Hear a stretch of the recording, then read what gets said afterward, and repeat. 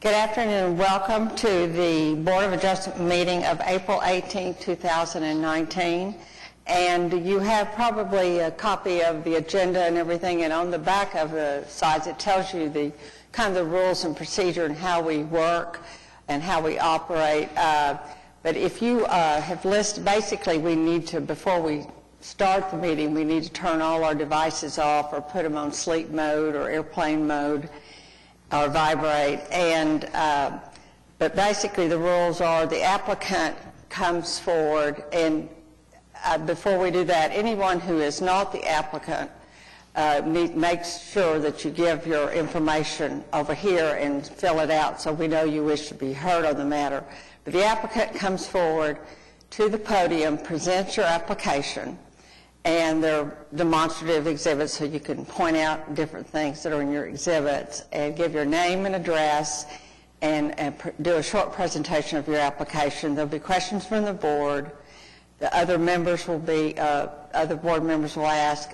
There may be someone who wishes to be heard. We'll ask for that if there's anybody who wants to be heard on the matter, either for or against. And if there's any response needed after that, then you can present that. We're hoping that most of the presentations will be 5 minutes or around 5 minutes. And we have a small meeting. We're going to have a smaller meeting in a few minutes than we originally had on the agenda. So shall the clerk start with the, shall we have the minutes received for April 4th, 2019? Motion to receive minutes from April 4, 2019. Second. We have a motion and second to receive the minutes of April 4, 2019. So I'll vote. The minutes are received. I will also point out, before we go any further, that we just have a quorum of 3. So you will know it takes 3 votes to pass any item today. So I'm just letting you know we have 3 and you will need 3 votes. And if anybody wishes to, other people, when we call for continuances, if you want one, you can so notify the board that you do. Do we have any continuous requests?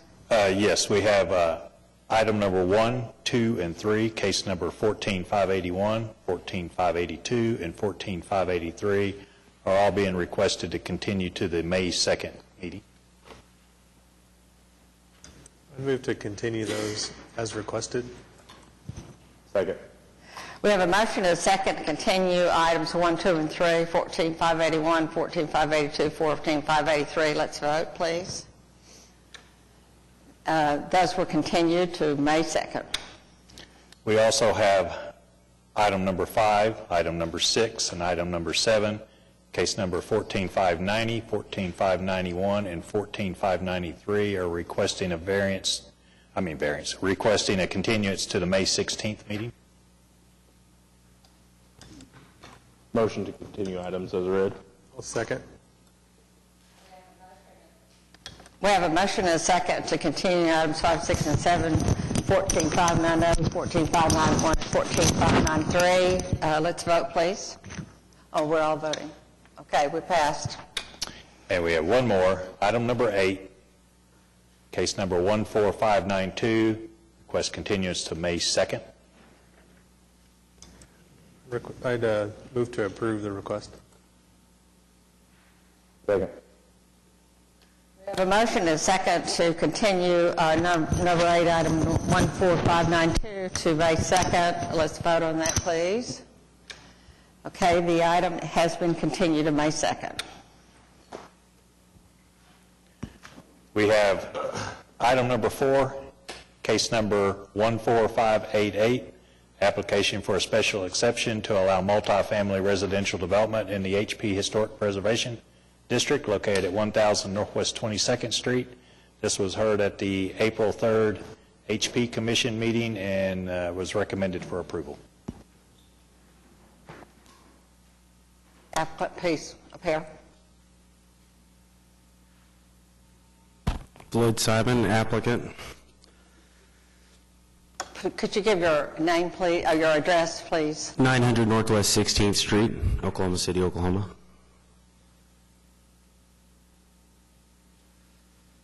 and we're ready for you to present your application, please. Okay, sorry, a little bit different than HP, I apologize. Yes. So this is a question. I'm proposing a special exception for 1000 Northwest 22nd Street. Currently, there is a garage, an existing structure that is there that was a part of the original building. That was an eightplex historically. I think it burned down sometime in the 90s and was demoed sometime in the 90s, but I'm asking for it to be able to build up to 6 units multifamily on that lot. So that's what I'm asking, and I got, obviously, HP agreed. They were in favor of the proposal. Obviously, I would have to go back to HP with any kind of building, the actual designs and such, for them to approve it. At this time, I have some questions. You go back with them for the design, is that correct? Correct. That was just for recommendation. There was no plans or anything. It was just a basic conceptual drawing that we submitted for up to 6 units. I went out to the site, and it's in an area next to a bank and some other commercial areas. Is that correct? Yeah, it's next to the bank, and then on the north side is either Southwestern Bell building or an AT&T building, just to the north. Basically, in order, at the time of the hearing, no one protested. Is that correct? That's correct.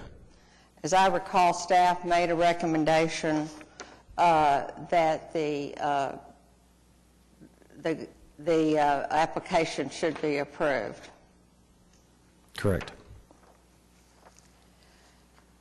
Now, we have to show that, and I would show in the application that no other unfavorable considerations have been identified, but we do have a letter from a, I'm not sure, Mr. Adams. We have a letter of protest from a Mr. Adams. Did you see that letter? I was not aware of that, no. So you have not seen the letter? No, I have not. Or I had it in my file. I would like to show it to him so he could at least see it. Can you? Yeah. If you'll approach, I'll give you my copy.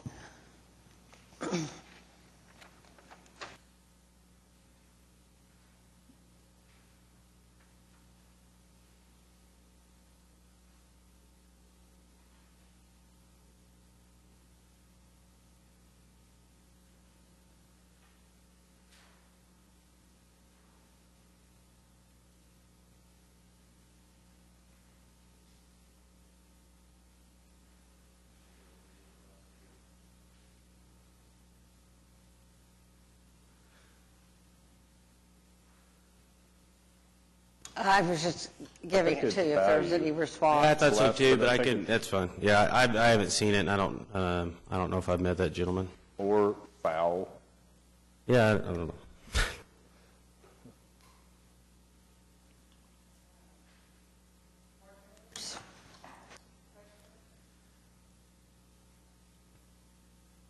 No questions for me. It seems like it meets the requirements for the special exception. Is there anybody in the audience that wishes to be heard on the matter other than the applicant? What's that to the south there? To the south is a triplex, and it shows that there's a structure near the alley, but it's not in very good shape. Michael Corey owns the structure to the south. It is a triplex, though. Same size lot. And then over there to the east? To the To the south. The one closest to 21st is I think it's like a white building. Yeah, there it is. It's really weird. To the south is a triplex. To the north is the AT&T building. To the west is Chase Bank. To the east would be a single-family home. I think that's probably this Mr. Adams, I'd assume. What now? I don't know if you know who this person is that sent the protest letter, but I assume that's probably the I didn't see an address on there, so I don't. 930. Yeah, directly to the east. Well, was it 930 22nd. 9:30, yeah, that's probably it. That's about right. I would also like to add that when the staff made recommendations that were in the memo or in the adoption by the HP for recommending for us to approve the variance, they said the redevelopment for multifamily housing is consistent with historic use of the site with historic development patterns of neighborhoods within the development of the historic development. So they did make those findings and make those staff recommendations. I did have one thought. Do you know how parking is going to be handled? So our plan is to have at least one car garage for each unit off-street. All right, I like that. Yeah. I'd like 2 car, but I don't think it's going to work with the size of the structure. That was going to be my question as well. Will that be addressed? That would be addressed at the time when he submits his drawings. Is that correct? Yeah. Yeah, I Yeah, just, right, and I was just curious. I know maybe you might not know, but Yeah. it's helpful. Definitely be helpful for HP. Bed, I think. Yeah, I prefer off-street parking, so. well, if there's no other comment, I move approval of case number 14588 for the reason that it meets the statutory conditions for a special exception. Second. We have a motion and a second for approval of item 14588. Please cast your votes. You have been granted the special exception. Thank you. Thank you.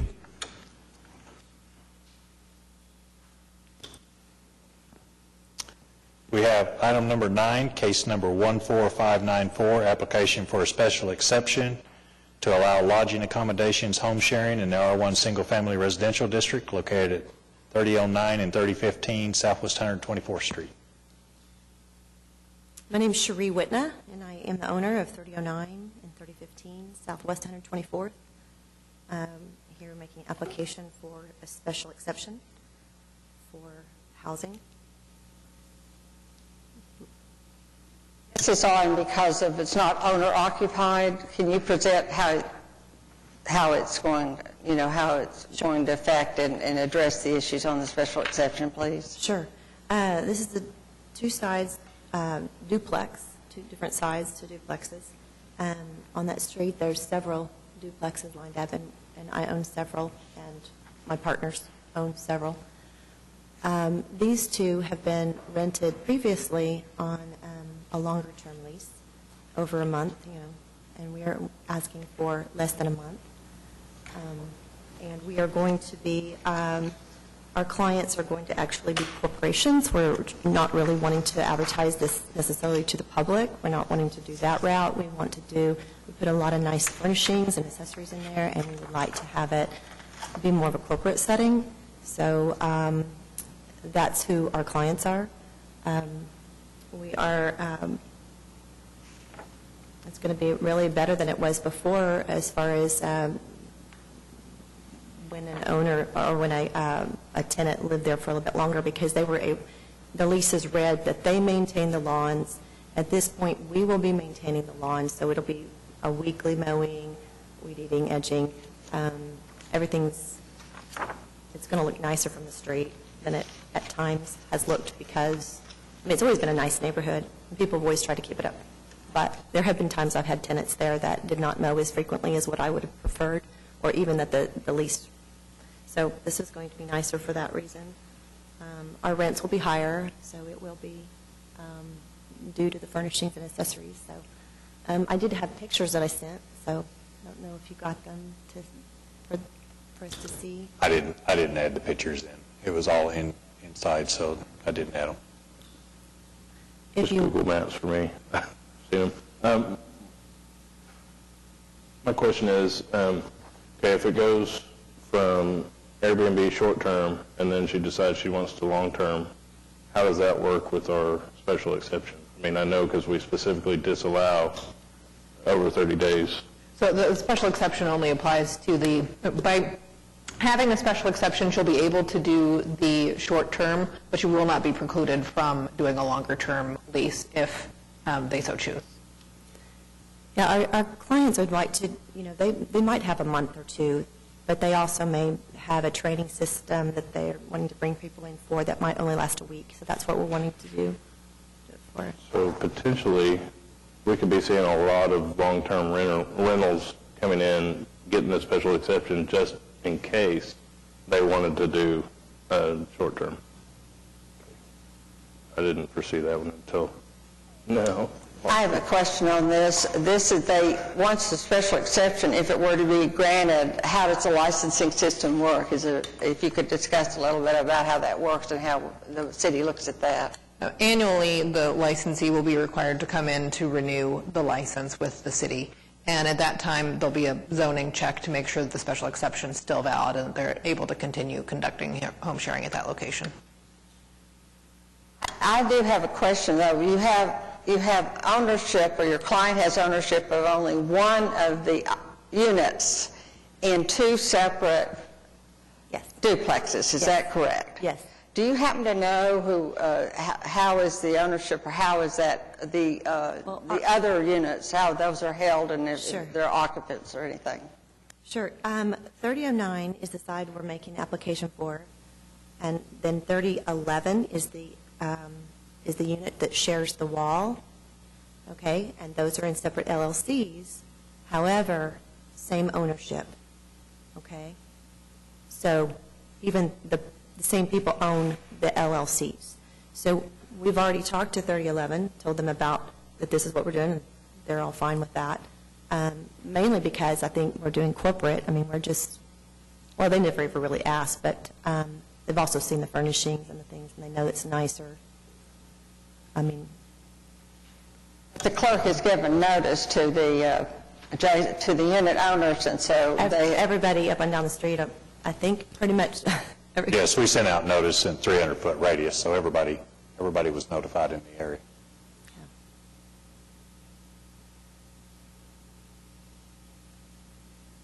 our first application, so. Okay. I think next time in the future, we may only take one, maybe duplex at a time instead of two separate ones. But this was a little unusual in that appears that each unit has a separate LLC that goes with the address of the unit. Is that correct? Right, and that's for liability. That was way back, though. We did that for years ago with, our attorney said that it would be better to keep those in separate LLCs, and that's what we've done. That's pretty typical. Yeah. So we're only going to grant the special exception to the one unit within each duplex. So I think it's a nice neighborhood. There are a lot of duplexes on the north side, and they're single family, I think, on the south. Is that correct? Exactly. That's right. It's a small area. It's in a cul-de-sac. Seems like there's plenty of parking because it's paved all the way up to the garage. I do note that your house numbers are not on one of your We just painted, units. we're in the process of remodeling the 3015 side. So we just painted the exterior all over, and I think they took the letters down. We've got new ones that we're going to be putting up. So those will be up, for sure. We have to have it for our clients to find the location, so. This kind of feels like a test to me, and I'm looking for a trap. Do you want 10 years? I think you could have up to 10 years. Are you asking for the whole 10 years for the special For exception? sure, because I think it's going to be an asset to the neighborhood. And We're I running think with the that, property, kind of like zoning, yeah, okay. yeah, it's not, it's going to be good. I think I share one of Mr. Privett's concerns, although it's really not the fault of the applicant, but this first condition here, the rental of the entire home or bedroom shall not exceed 30 consecutive days per renter or guest. Say that one more time, sorry. Just this first section here, the renter or the entire home, of the entire home or bedroom may not exceed 30 days per rental or guest. But obviously, you can elect whether you want to utilize the special exception or not, right? So you could have conceivably someone there for a week, and then the next week have someone there for 2 months, and then have someone there for a year. Right. That's what we really need. Well, and it's just maybe, I know it's a new ordinance. right, Working out some which I think militates probably in favor of not granting something for as long as 10 years. and maybe shortening the length of the special exception, but it's kind of my thought. If you had comments. No, just that the city doesn't regulate long-term rentals, so that's why that was defined that way, to only, these restrictions only apply to the short-term rentals, not to the long-term situation.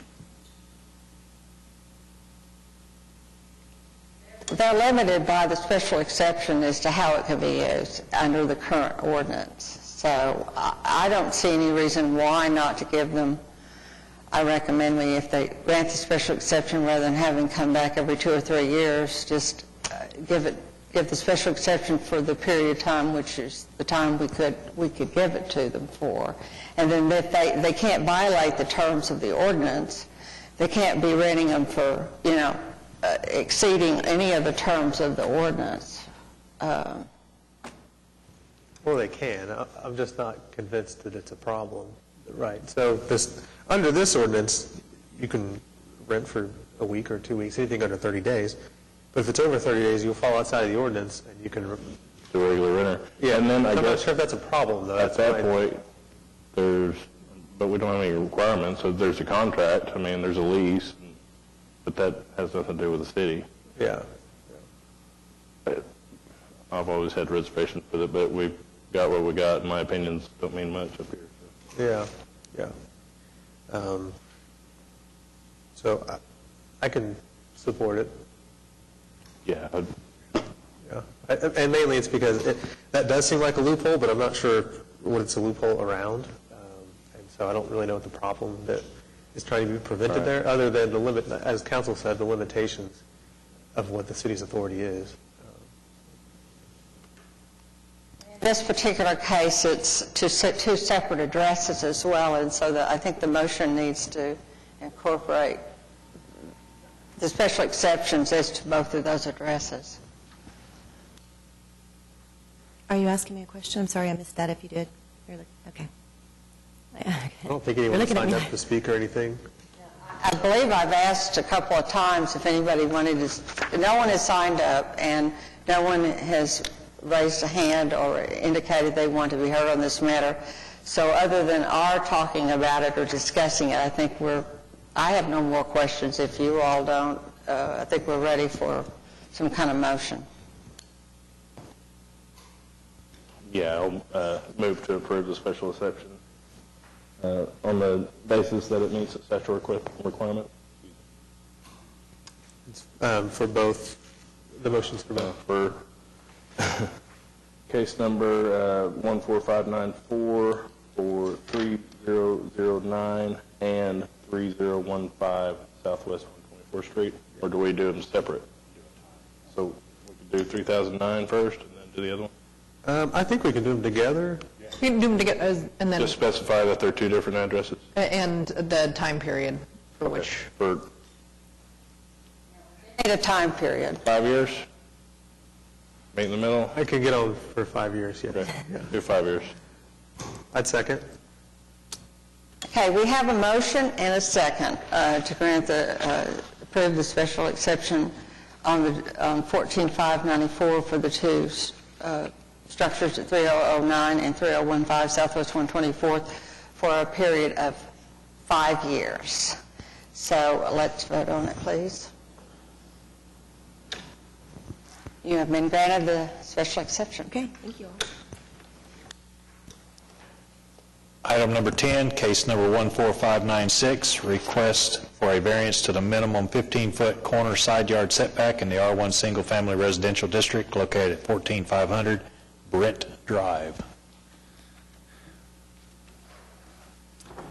My name is Brad Easley, and I'm representing 14500 South Brent, Oklahoma City. The variance request today is due to the roughly 1.5-foot overage into the build line at the northwest corner of 14500 South Brent. So you have what we call a mistake. Yes, ma'am. If you would like to discuss that a little more fully as you had it in your application. So you want me to say that again? You need to address your hardship and all the requisites for granting of the variance. you need to discuss all the matters and how it meets the requisites as stated in the staff report. I will say that in this particular case, the variance was minimum, and there were no unfavorable considerations that were identified by staff, and I don't believe we have anybody in the room who wishes to address the matter. Do we have anybody in the room that wishes to address this before we proceed? Okay, so if you'll present, please. I'm sorry, I don't have a copy of the requisites and what I had originally turned in on the application, but essentially, if I can just go through,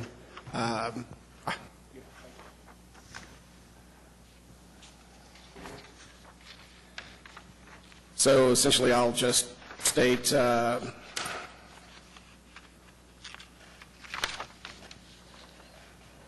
the unnecessary hardship, I believe, would be the fact that we're already bricked in, so we have masonry on the side of the house. And we measured based off of the pins that were out, and we're 1 foot 3 inches over on that northwest corner, and actually under by about 6 inches at the northeast corner. So the hardship is the fact that it's already masonry in. Relief, if granted, I don't believe would cause any damage. There's not going to be any sightline issues on that north side. In fact, the fence will be roughly 12 feet beyond the structure itself, still within the property boundaries. The survey wasn't done until after it was in place. That is probably my number one pet peeve. Correct. That I don't understand why the surveys don't occur earlier, especially for everyone involved. Right, so we build these homes as rentals, and we hang on to these houses, so we're not going to push this burden onto anyone else. Typically, we order via the bank that we're working with. They order them immediately within 2 weeks after we get closing on our funding, and typically that 2 weeks to the 3 week mark, I've already got a slab being poured, and then it just goes from there. So the foundation report didn't come in until 6 weeks after we had already started construction. In my experience, surveyors typically tell me exactly where to pour the foundation. Not all the time do they pour where we tell them to pour it. Not saying that's what happened in this occurrence, but that happens a lot, and we get thrown under the bus all the time. And what happened on this one, the fence that's at the property to the south, even though there were pins that were marked, my concrete guys are typically spot on. This fence for the neighbor was built 1.5 feet into their yard, which just made my concrete guy just kind of throw up his hands and say, let's just dig it here. I didn't pay attention to it until we got this foundation report. So, In this particular case, it's not, it's minimal as far as I can tell. right. Negligible, which is good for you, I think. Do we have any other comments or a motion? Yeah, I think if it were encroaching maybe somewhere else that were more offensive, I might have more problems with it, but just seeing where the encroachment is, I think, is in your favor. And also the fact that it's pretty minimal. You've had a lot larger ones before. I mean, this is getting closer to where I'm not very comfortable, but I can still support it. Thank you.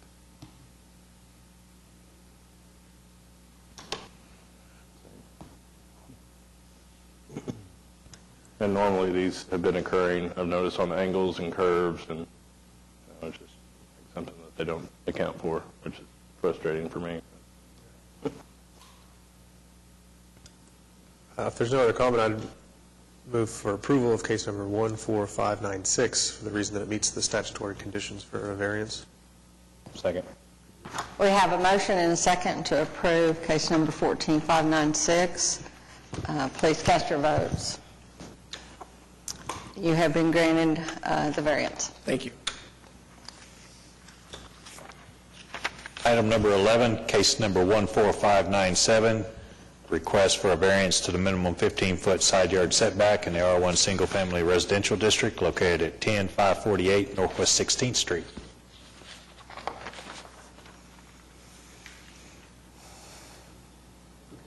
Last kid on the block.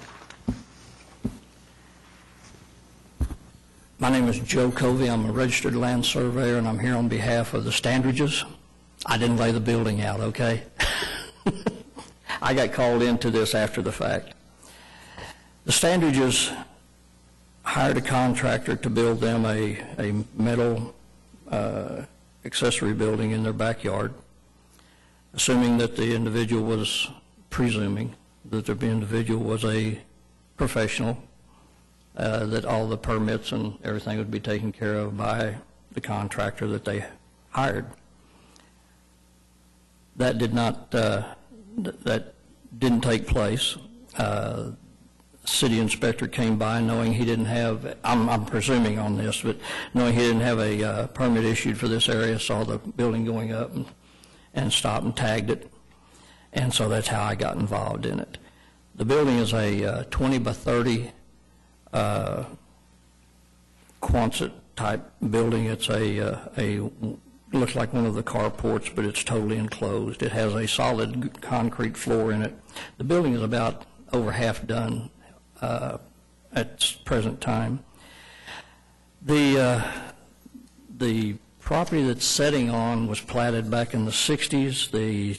A 50-foot right-of-way along Sarah Road was dedicated on the plat, along with a 15-foot side yard setback for the lot. As a picture that would just, if you could put that back up there. Along Sarah Road, there are about 6 sycamore trees, along with a site-proof fencing that the property owners have along their property line. The building, according to the site plan that was submitted, is 10 foot from the property line, meaning there's a 5-foot encroachment. Driving by, when I went by to look at the property, driving by, for the most part, the building is not visible from the street, especially this time of year when the leaves just now came back out on the trees. The Sarah Road is only a 2-lane paved highway or section line road. There's still ample room for, and we're not into the right-of-way, we're just into the setback, but there's still ample room for 4-laning Sarah Road at sometime in the future. The statutory provisions that we would plead to you are that this is a peculiar situation in that the homeowners got caught not knowing that the permit wasn't pulled, and that that the city did not get a chance to review the application for the building permit. We have submitted a permit application. It's been denied. That's the reason we got to the Board of Adjustment. We are only asking, we're not asking for the entire variance on the whole setback, just for the area for a 30-foot span of 5 foot, which is 150 square feet, or a quarter of the size of the building. As I said, the building is over half completed. It's been stopped since the citation was issued, and we would respectfully request that we be granted a variance so that the building can be completed. The owner knows now that if he does anything, he's aware that if he, and they've owned this property for, gosh, I don't know, probably 20, 30 years, that if anything else is to be constructed in that setback, in that area, that he'll have to meet a 15-foot setback. So it's, you know, unless he sells a property, there's not a potential for an additional violation of the setback area. I'll shut up and answer any questions. How many feet exactly are you asking for the variance? 150 square feet of variance. 150? Yeah, the building's 30 feet long. It's setting 5 feet inside of the setback area, so 30 by 5 is 150 square feet. And what would it be from the 15-foot setback? How many feet over would it be? How many feet over would it be? We're setting 10 feet from the property line. Yes. So it's encroaching 5 feet. right? It's encroaching 5 feet, Yes, encroachment of 5 feet. 30%. Yeah, I mean, I certainly hate seeing these cases. Wish there were something we could do about it, but nothing is immediately apparent, other than granting a variance, obviously, but to get these to stop, because what I fear is people just build and assume they're going to get a variance, in certain circumstances. And so I don't think that happened here, but that's my fear in the future. Well, I hate these cases. As I said, the owner's now aware of what took place.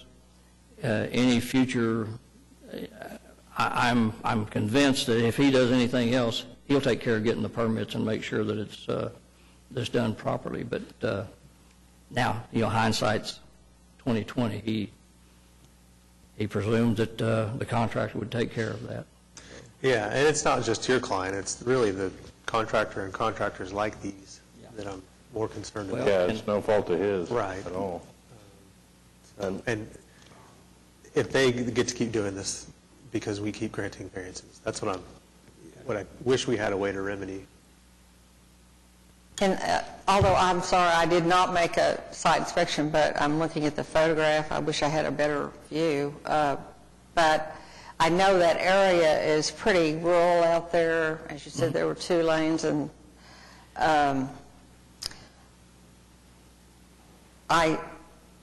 sometimes you have to look where you're asking for the variance. They're asking for square footage, but you're only asking for an encroachment variance of 5 feet. Is that right?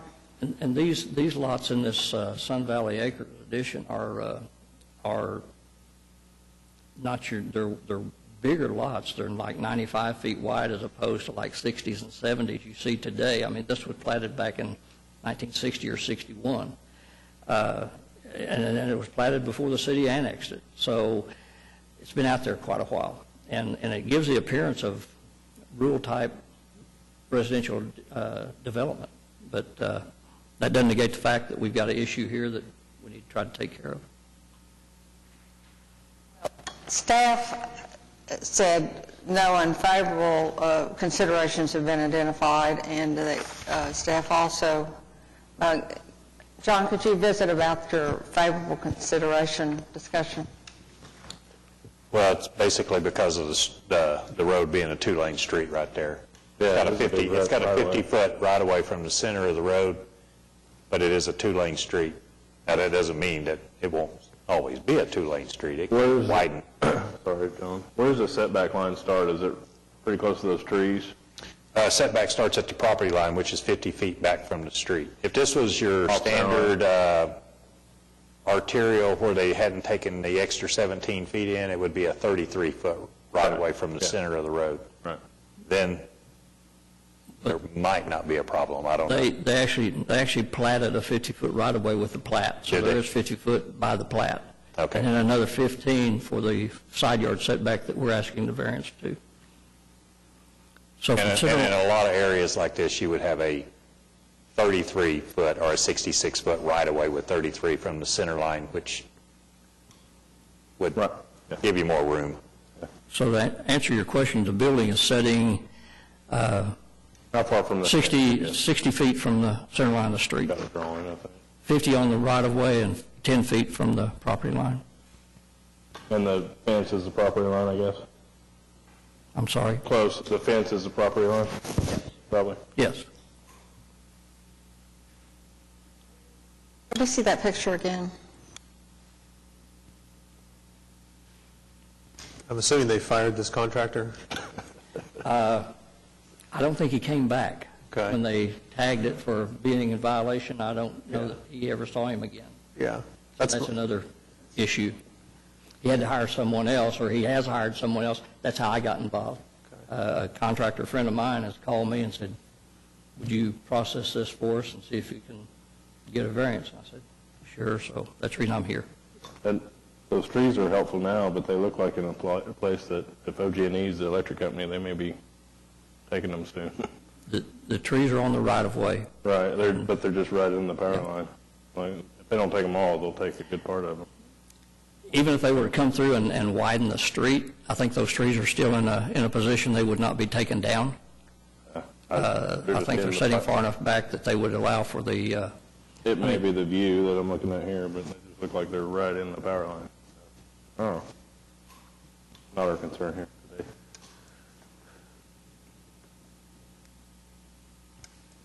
Well, I think I can support it. It's a close call, but I think I can support it if the rest of the board feels the same. Yeah, being that far off the road is probably the saving grace for me on this, too. Do we have a motion? Sure. I'll motion to approve case number 14597, reasons that it meets the statutory requirements for variance. I'll second. Motion and a second. Let's all cast our votes. thank you. It's been granted. Happy birthday. Yesterday your birthday? I don't, that's not public information. I heard that. I wasn't going to say anything until this was over, though. Thank you all so much.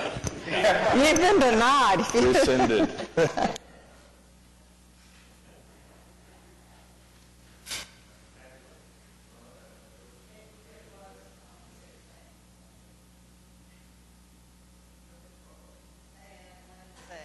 We are at our completion of our somewhat reduced docket, substantially reduced docket. Are there any additional items or anything from the board members of the municipal council's office? I believe we are adjourned. Second.